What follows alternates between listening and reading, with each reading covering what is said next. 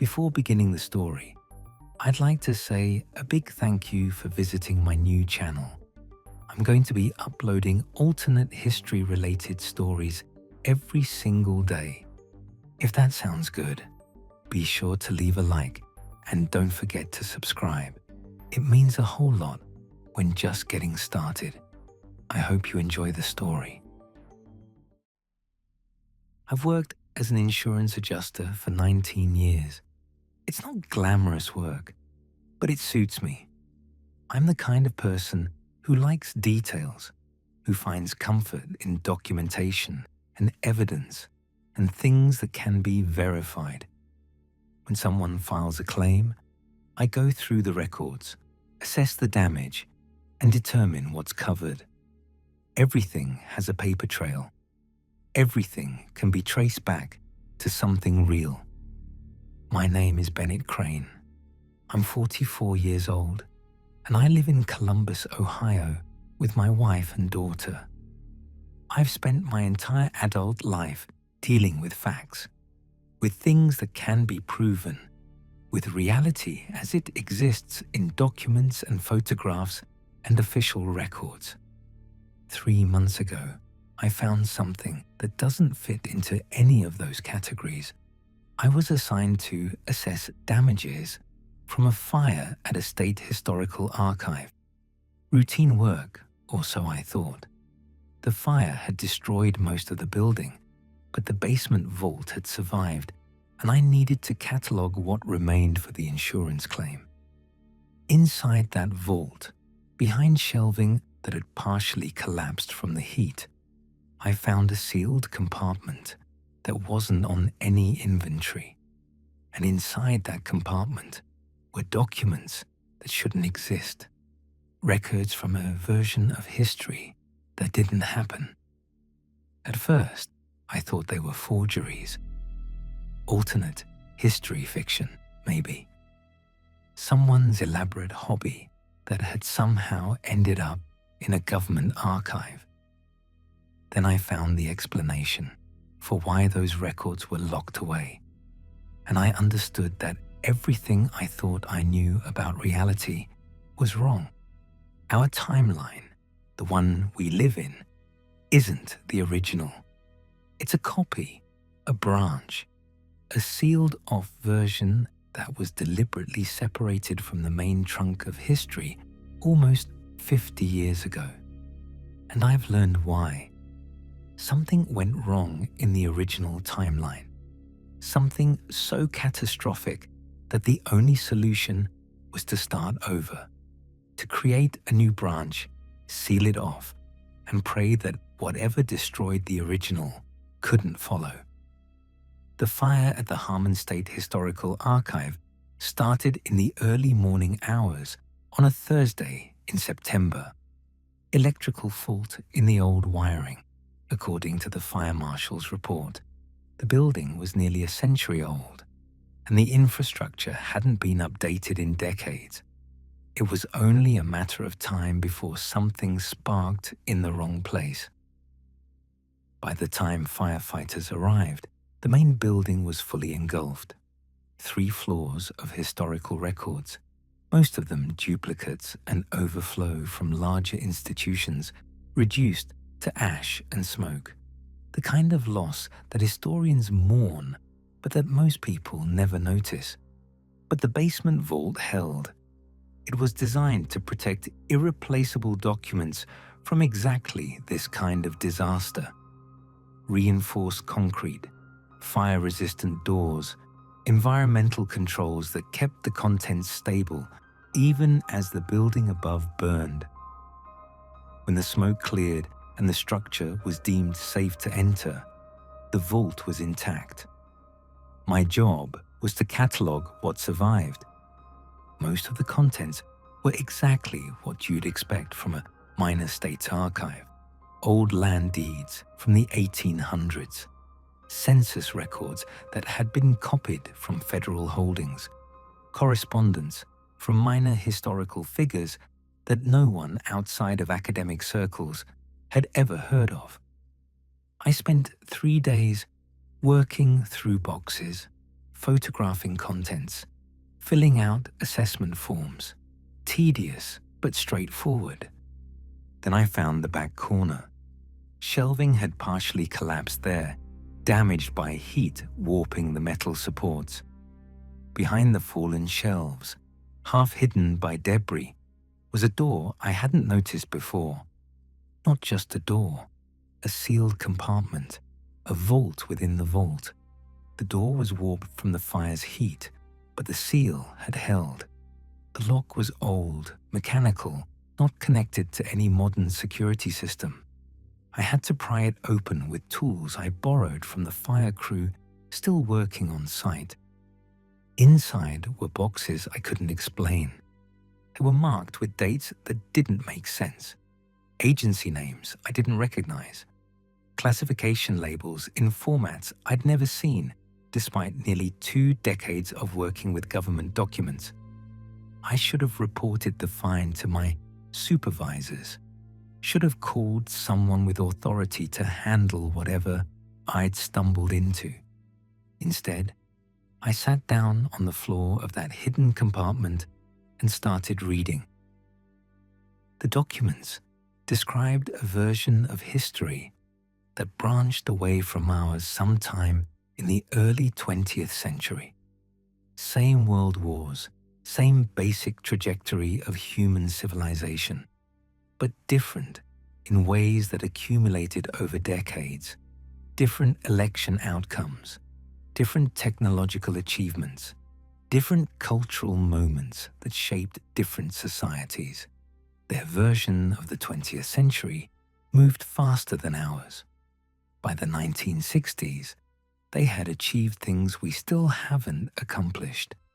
Space stations that housed hundreds of people, medical advances that extended lifespans by decades, computing technology that made our current systems look primitive. But something else was different too. In 1952, according to these records, scientists in their timeline detected something that changed everything. A presence, something that existed outside of normal space and time, in a dimension or a state of being that their physics couldn't fully describe. The documents called it the Observer, though they noted that the name was inadequate. It wasn't just observing. It was something far worse. It had apparently always been there, existing alongside reality without interacting with it, watching, waiting for what no one could determine. Then, in 1952, it began to pay attention. Not to everything, not to the universe as a whole, to humanity specifically, to the timeline that contained human civilization. And when it paid attention to something, that something began to change.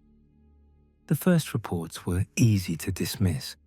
People experiencing memories that didn't match official records, skills appearing suddenly, abilities that individuals had never learned but could now perform flawlessly, minor inconsistencies between what people remembered and what documentation showed. The authorities in the original timeline attributed it to stress, to the paranoia of the early Cold War years, to the normal unreliability of human memory. Then the changes got bigger. Entire communities reported shared memories of events that had never occurred. Buildings appeared that no one had built. People disappeared and were replaced by versions of themselves with different histories, different personalities, different lives. Historical records began contradicting themselves. Documents from the same archive would show different versions of the same event.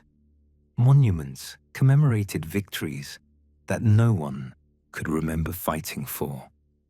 The Observer wasn't attacking humanity in any conventional sense. It wasn't hostile the way an enemy army or a natural disaster would be hostile.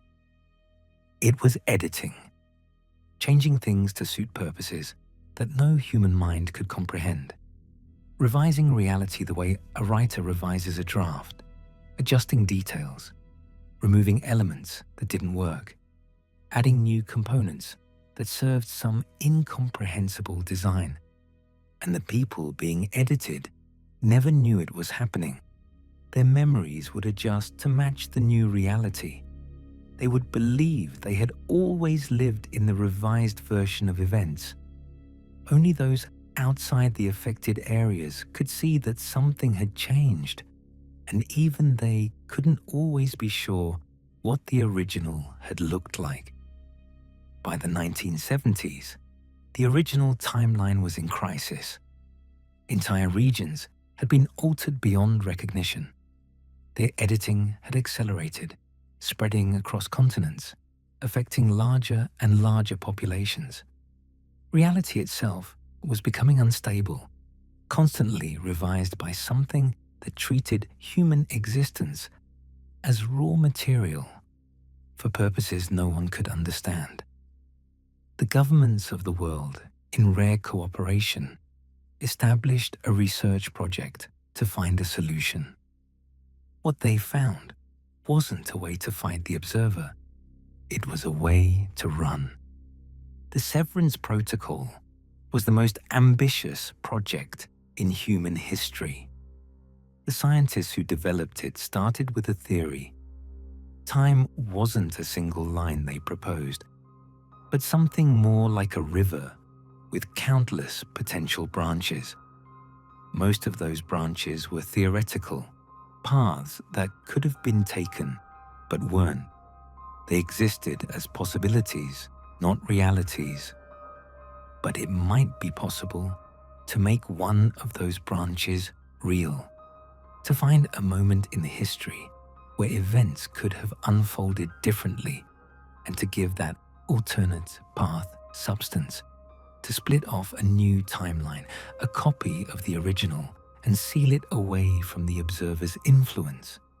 A lifeboat, an escape route, a backup of humanity before the editing erased everything they were. The protocol took years to develop and more years to implement, while the original timeline continued to deteriorate around them. Scientists worked in facilities that had to be rebuilt and relocated whenever the editing reached their area. They identified a divergence point in the early 20th century, a moment where history could have taken a different path. Small changes that would compound over decades, creating a timeline similar to the original, but distinct enough to be separated from it.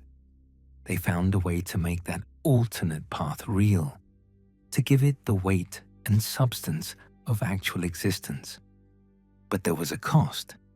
Sealing the new timeline required anchors, people who would exist in both versions simultaneously, their consciousness stretched across the divide.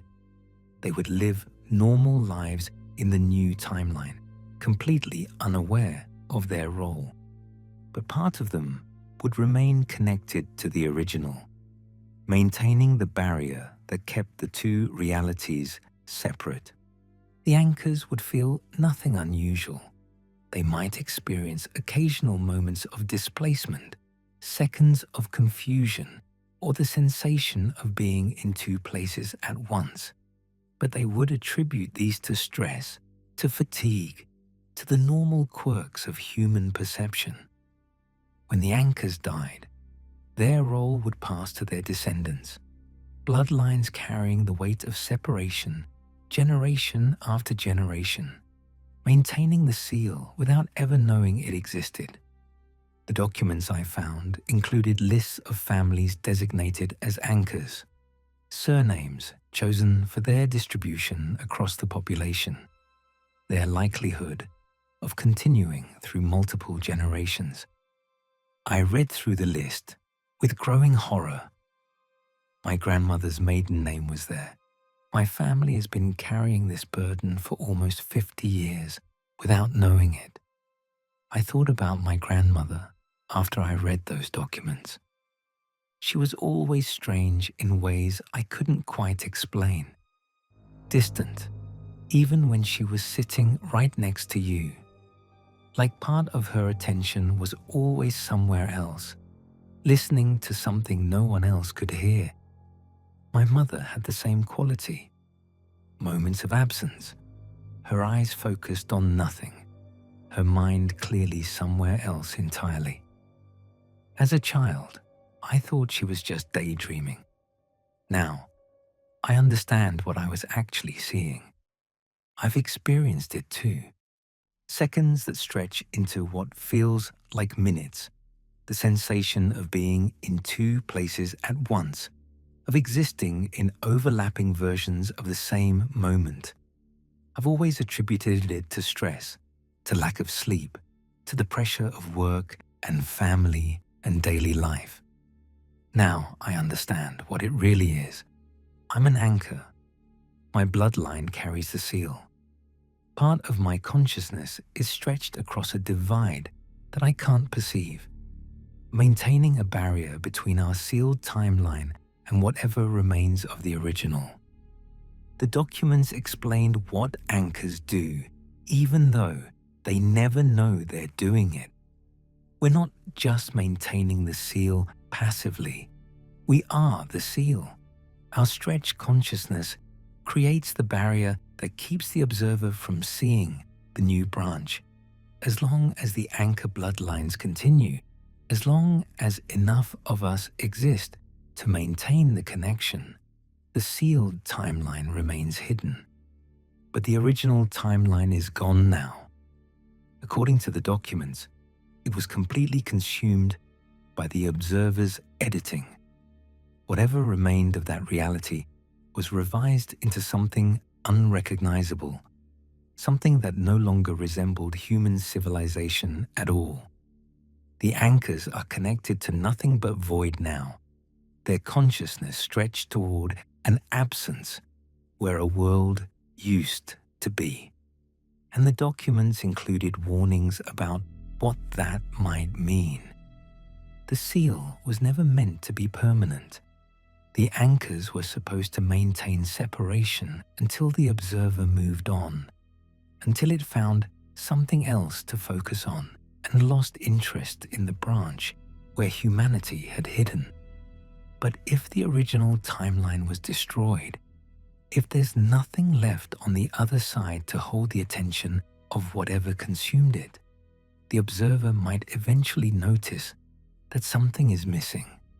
A branch that was hidden, a version of humanity that escaped. If it looks for us, if it finds us, the editing will begin again. Since finding the documents, I've been watching the world differently, looking for signs that the seal is weakening, evidence that the observer might be turning its attention toward our timeline. What I've found terrifies me. Everyone's heard of the Mandela effect. It's become a joke on the internet. People remembering things differently than the official record shows. Berenstain versus Berenstein. Movie quotes that were never actually said. Company logos that people swear used to look different. Scientists explain it as false memory. The brain filling in gaps with assumptions, creating recollections that feel real but never happened. A quirk of human cognition, nothing more. I don't think that's what it is. I think it's the first signs of editing. Small changes, barely noticeable, as something begins to adjust our reality the way it adjusted the original timeline. Test runs, experiments, something learning how to manipulate our existence before the real work begins. The examples keep multiplying. Every week, there are new stories, new instances of people remembering things that apparently never happened. The internet is full of communities dedicated to documenting these inconsistencies, people convinced that reality is changing around them. They're treated as entertainment, curiosities, the amusing delusions of people who can't accept that their memories are fallible. But there are too many of them, and the frequency is increasing. I've experienced it myself since reading the documents. At first, I thought I was just paranoid. That learning about the observer and the seal had made me hypersensitive to normal memory errors. Then I found the photograph.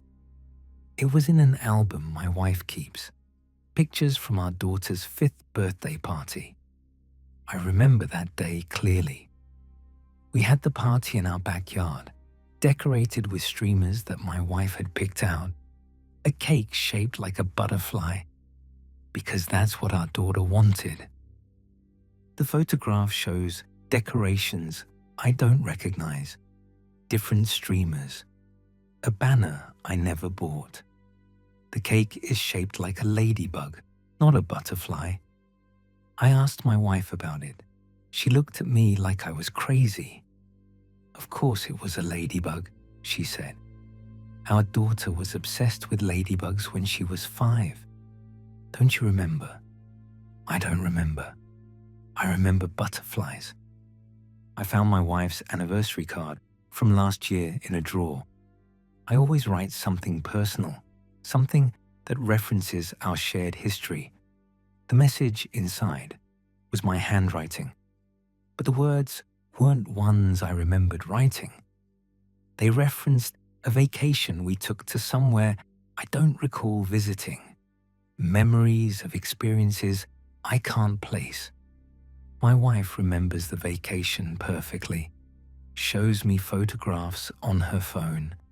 There I am, smiling on a beach I've never seen before, in a place I've never been. Small things, easy to dismiss as my own failing memory. But once you start looking, you see them everywhere. I'm not the only one who feels it. Since I started looking, I've found others online who describe the same experience. Not just the Mandela effect curiosity seekers, something different, something more personal and more frightening. The feeling of being watched, not by a person, not by any physical presence, by something vast and distant and utterly focused. A gaze that seems to come from everywhere and nowhere, from outside the reality we can perceive. People describe feeling examined, measured, evaluated, like specimens under a microscope that has just been switched on. They describe moments when the world seems to flicker, when reality itself feels uncertain and thin, when the solidity of existence becomes questionable, like the ground might give way beneath their feet at any moment. The phenomena are escalating. I've been tracking news stories that suggest larger alterations. A small town in Wisconsin where every resident over 40 remembers a department store that doesn't exist, that never existed according to any record, but that hundreds of people can describe in perfect detail. The layout of the aisles, the smell of the perfume counter, the sound the doors made when they opened. Historical events that everyone learns about in school, but that original sources from the period never mention. Gaps in documentation that don't make sense. Holes in the record that seem to have appeared recently. The boundaries between what's real and what's remembered are starting to blur. And I understand now what the original timeline went through. This is how it started for them too. Small inconsistencies, memory errors that weren't really errors. The feeling of being watched by something that existed outside of normal perception. Then the real editing began. The observer is waking up to our existence. I can feel it, not constantly, but in moments. A pressure at the edge of my awareness, like something vast pressing against a barrier that's grown too thin. The seal is weakening. The anchor bloodlines have been dying out for generations. Families end. Lines go extinct. The network of consciousness that was supposed to maintain the barrier has been thinning for decades, and nobody knew to do anything about it because nobody knew the seal existed. Whatever remains of the barrier is failing, and the observer, or whatever that name inadequately describes, is beginning to see through. It consumed the original timeline, revised it into something unrecognizable, edited humanity out of existence in that branch of reality, replacing it with whatever served its incomprehensible purposes. Now it's looking for what escaped, and once it fully sees us, it will start making changes. We'll never know it's happening. That's the worst part. We won't experience the editing as something being done to us. Our memories will simply adjust to match the new reality. Our history will rewrite itself, and we'll believe it was always that way. We'll become something different than we were, and we won't even know what we lost. The version of humanity that built the lifeboat, that sacrificed their world to give us a chance, they'll have failed.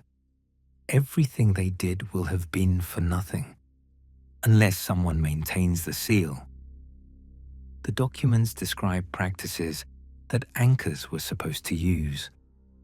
Not rituals exactly, mental disciplines, focus techniques that reinforce the barrier, that keep the stretched consciousness from snapping back, that maintain the separation between our sealed timeline and whatever void remains where the original used to be. The anchor families were supposed to pass these practices down through generations, parent to child, each generation learning how to carry the weight they'd inherited. But my family never passed anything down. We didn't know what we were carrying. The knowledge was lost somewhere in the decades since the severance protocol was activated, and my grandmother and my mother and I have been anchors our whole lives, without understanding what that meant. I've been trying to figure it out from the documents alone. The instructions are incomplete, written for people who would have context and training that I don't have. It's like trying to learn a language from a phrasebook without ever hearing it spoken, without understanding the grammar or the structure. But I'm trying. Every night, I sit in the dark and attempt the focus techniques the documents describe, concentrating on the feeling of being stretched, of existing partially in a place that no longer exists, trying to reinforce whatever part of me maintains the barrier that keeps us hidden. I don't know if it's working. I don't know if anything I'm doing makes any difference at all, but I have to try, because someone has to maintain the seal. Someone has to keep us hidden for as long as possible, even if it's hopeless, even if the observer eventually finds us anyway. Every day of freedom is worth fighting for.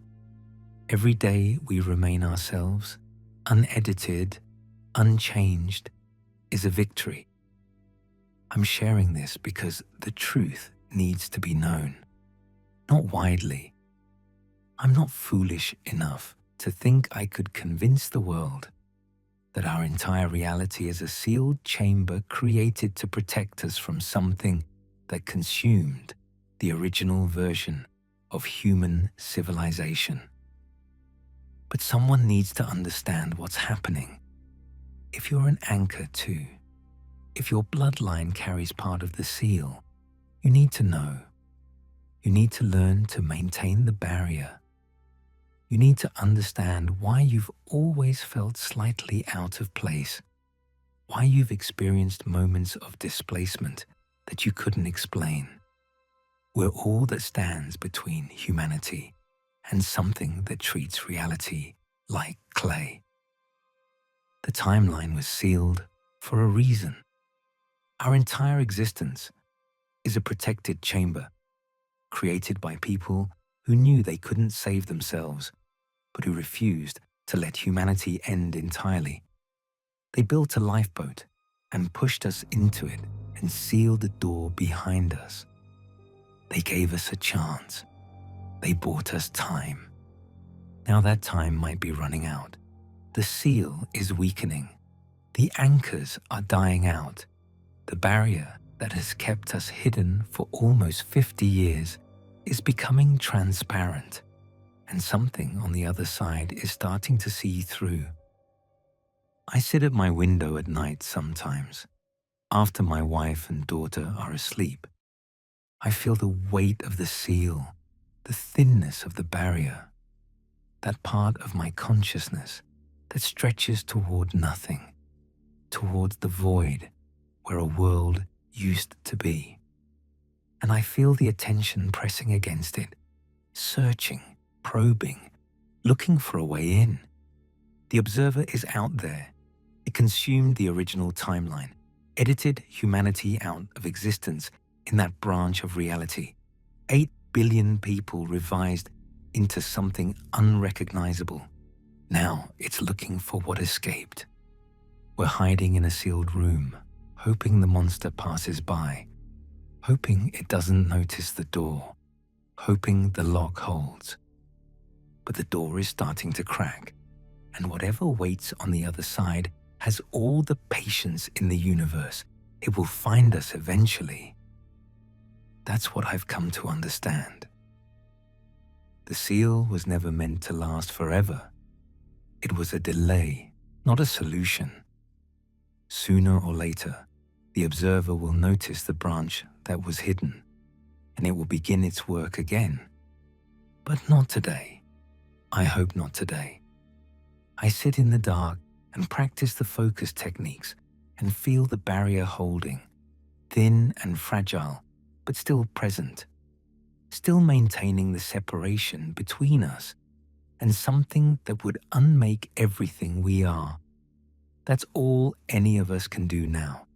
Maintain the seal for as long as possible. Buy ourselves one more day of freedom, one more day of being human, one more day of existing as ourselves before something else decides what we should become. I don't know how many more days we have, but I'm going to fight for every single one of them, because my grandmother carried this weight without knowing it, and my mother, and now me, and maybe someday my daughter.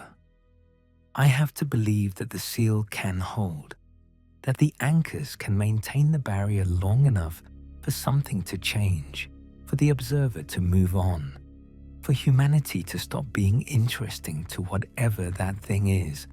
I have to believe there's hope, because the alternative is accepting that we're already lost, that the editing has already begun, and we just can't see it yet, that the world we remember is already being revised into something we won't recognize.